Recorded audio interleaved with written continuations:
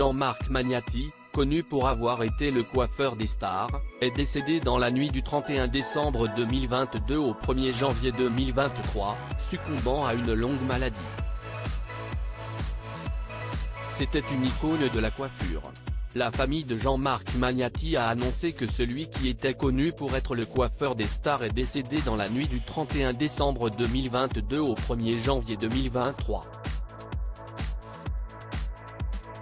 Les proches de cette personnalité très réputée dans le monde de la mode, du cinéma ou encore de la musique, ont précisé qu'il s'était éteint à Genève, en Suisse, où il vivait.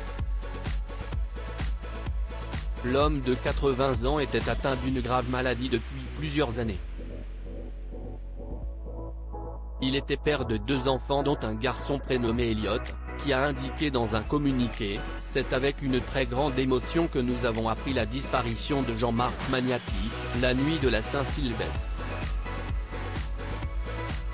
Jean-Marc Magnati, le coiffeur des stars.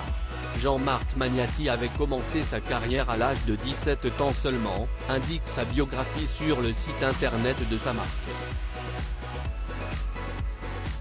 Il est d'abord coiffeur studio pour les magazines Elle et Marie Claire, avant d'ouvrir son premier salon dans le 16e arrondissement de Paris, en 1970. Il s'impose alors comme le coiffeur des stars, ayant pour les clientes les actrices françaises les plus célèbres comme Sophie Marceau, Miu Miu et Mireille d'Arc.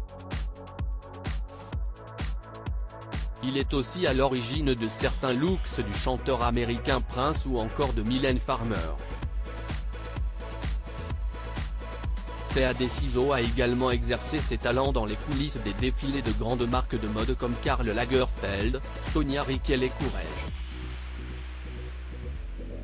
Alexandre Proty, directeur des 4 salons de coiffure Jean-Marc Magnati, a souligné l'exigence de son savoir-faire.